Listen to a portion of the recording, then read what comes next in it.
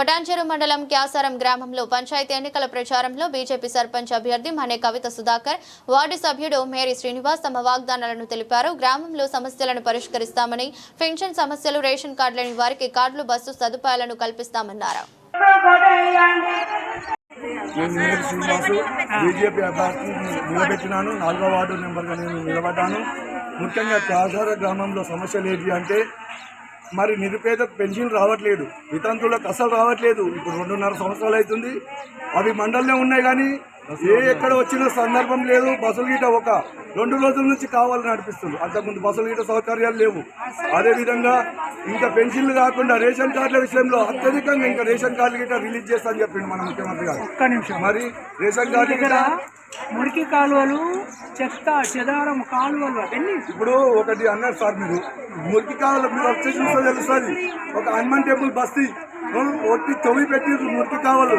అదేంటిదంటే అది హైడ్రా తీర్చేసింది. ఒక విలేజ్ ఇది, ఒక హైదరాబాద్ కాదు, ఏది కాదు, మామూలు నిరుపేద విలేజ్. అవిటి ఇంకా మోరీలను తొలిపెట్టిండ్రు. మీ దృష్టికి తీసుకొస్తున్నాం. మేము కానీ గెలిస్తే మా యొక్క గ్రామానికి నిరుపేదకు పెన్షన్లు, రేషన్ కార్డులు, ఇంకేమైనా హాస్పిటల్ సదుపాయాలు, ఎటువంటి సమస్యలు ఉన్నా మేము ఆదుకుంటామని మా ప్రధానమంత్రి తరఫున మన్నా సుధాకర్ గారిని గెలిపించుకొని మేము పేదల వైపు ఉండే వ్యక్తిమని, గరీబుల వైపు ఉండే వ్యక్తిమని మేము తెలియజేస్తున్నాం.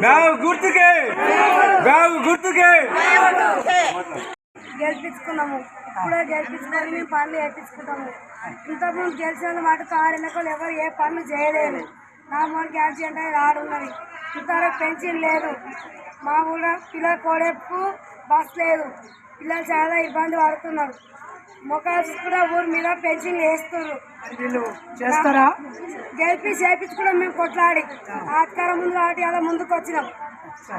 ఆ పిల్లల స్కూల్, నా పిల్ల 11 ఏళ్ళు ఇప్పటికీ రేషన్ కార్డులో పేరు లేదు. మా భూమి పుట్ట ఏం లేదు. పెన్షన్ రాగానే 6 ఏళ్ళు అవుతుంది. మండలంలో ఆన్లైన్లో అప్పేసి పెన్షన్ లేని వాళ్ళకి కూడా ఇప్పటికీ ఉన్నందుకు గెలిచిన వాళ్ళు ఎవరు చేయలేరు. ఇప్పటికి కూడా ముసలికే వేస్తున్నారు.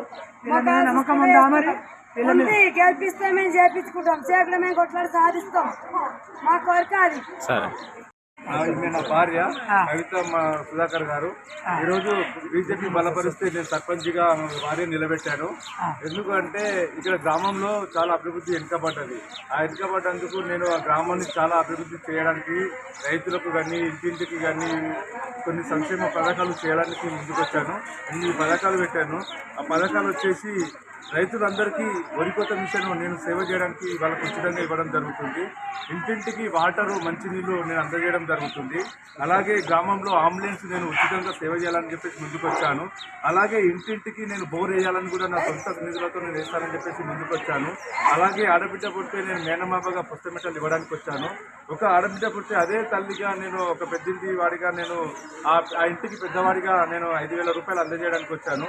అదే గ్రామంలో యువకులకు ప్రతి ఒక్కరికి నేను సర్వీసింగ్ సెంటర్ వెహికల్స్ కోసము సర్వీస్ చేసుకోవడానికి ఉచితంగా సేవ చేయడానికి వచ్చాను. నన్ను బ్యాగ్ గుర్తుకేసి భారీ మెజార్టీతో గెలిపిస్తే 12వ తారీఖు నుంచి ఈ పనులన్నీ నేను చేస్తానని గ్రామ పెద్దలందరి ముందు శిరస్సు వంచి పాదాభివందనం చేసుకుంటున్నాను. ఎలా తీసుకురావాలో కొంతమంది పెన్షన్ లేని వాళ్ళు ఉన్నారు. ఇప్పటికి కూడా కొన్ని నీళ్ళు అవుతున్నది. ఆ పెన్షన్లు కానీ, రేషన్ బియ్యం కానీ, ఇంటింటికి పైసలు ఇచ్చేది కూడా వాళ్ళు పెద్దవాళ్ళు గ్రామ పంచాయతీ కూడా పోయి పరిగాపులు కడుతున్నారు. అవన్నీ పడద్దు. మన పెన్షన్ ఇచ్చేది వాళ్ళ కోసం. ఇంటింటికి పోయి ఇచ్చేయచ్చే ఆలోచనతో నేను చేస్తున్నాను. కేంద్రం నుంచి ఏ పనులు వచ్చినా నా బాధ్యతగా నేను తీసుకుంటాను.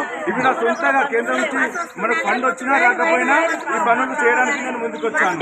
నన్ను ఆశీర్వదించాలని భారీ మెజార్టీతో చేస్తాను.